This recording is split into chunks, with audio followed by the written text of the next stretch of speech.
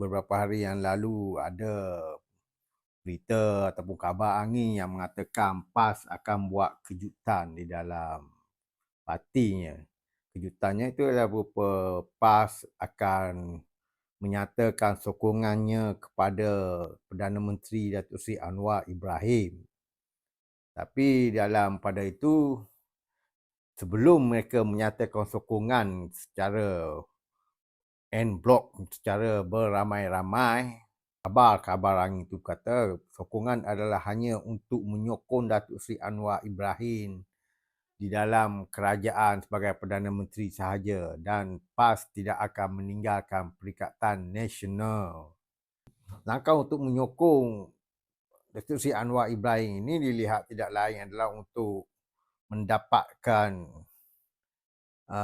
peruntukan di parlimen masing-masing. Semasa di dalam UMNO dulu, dia bercakap, misalnya dia kata jangan buat, tapi dari bawah dia kata suruh buat.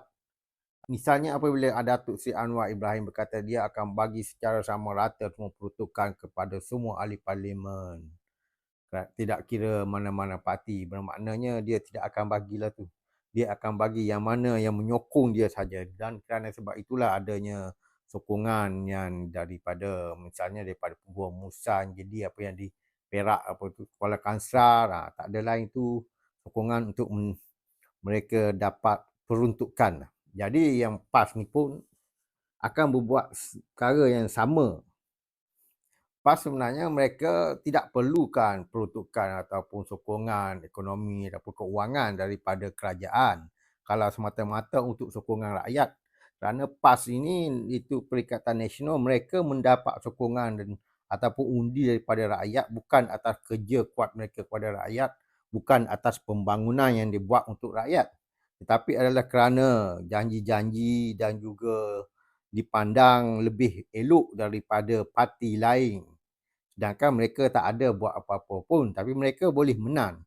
Jadi yang buat alasan kerana PAS nak menyokong Anwar Ibrahim untuk mendapatkan peruntukan keuangan, ni semua peruntukan keuangan semua ni adalah, jadi ahli parlimen PAS yang nak menyokong Anwar ni untuk mendapat peruntukan ni untuk buat apa sebenarnya?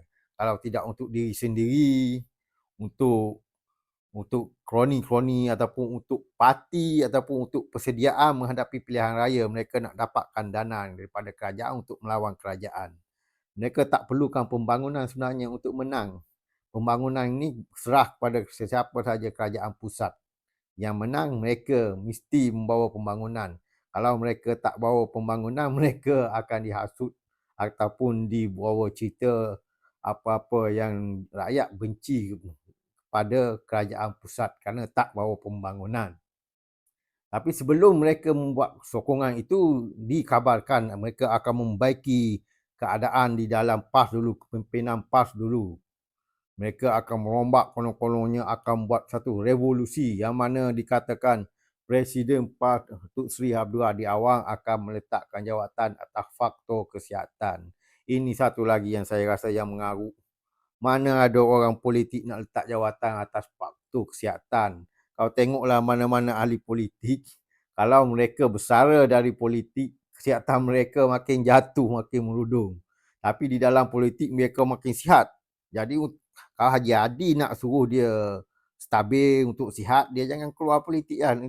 Dia mesti duduk dalam politik. Berpolitiklah sampai mati.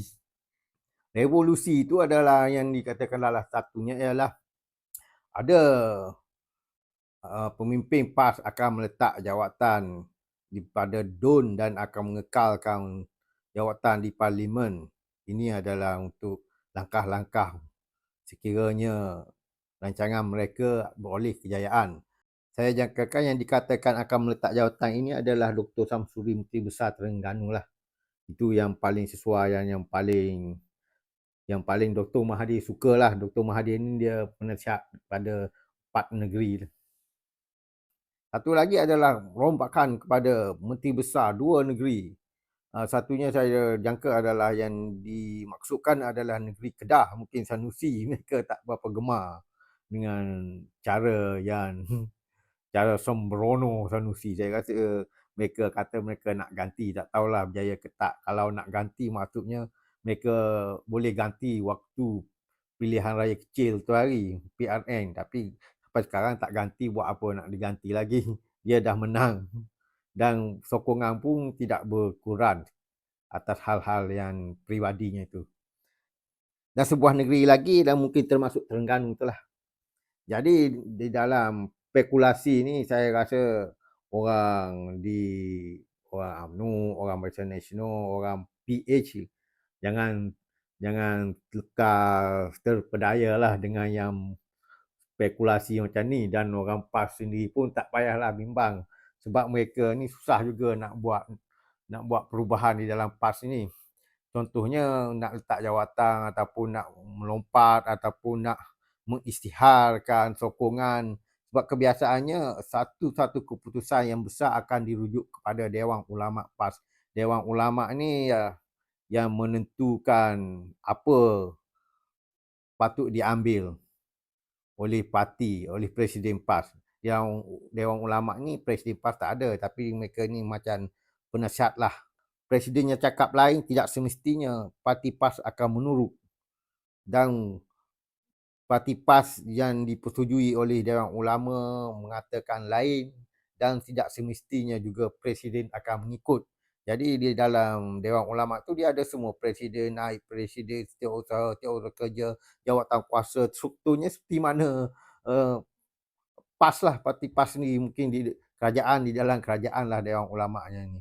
Kadang-kadang kalau presiden PAS tu tak nak dengar nasihatnya, tak boleh buat apalah juga. Tapi mereka ada satu dewan lah yang menentukan bersetuju ataupun tidak, dan sekiranya Dewan Ulama' ini biasanya kalau dia tak bersetuju akan terjadi perpecahan lah, dan sekiranya ia setuju, ia akan solid. Contoh perpecahan apabila Khairuddin apa yang Terengganu tu, yang menteri yang ada skandal tu tiba-tiba masuk ke dalam UMNO menjadi ulama UMNO. Itu mereka, dia tu daripada Dewan Ulama PAS, dan dia pernah menyatakan bahawa Haji Adin tidak mengikut kehendak Dewan Ulama.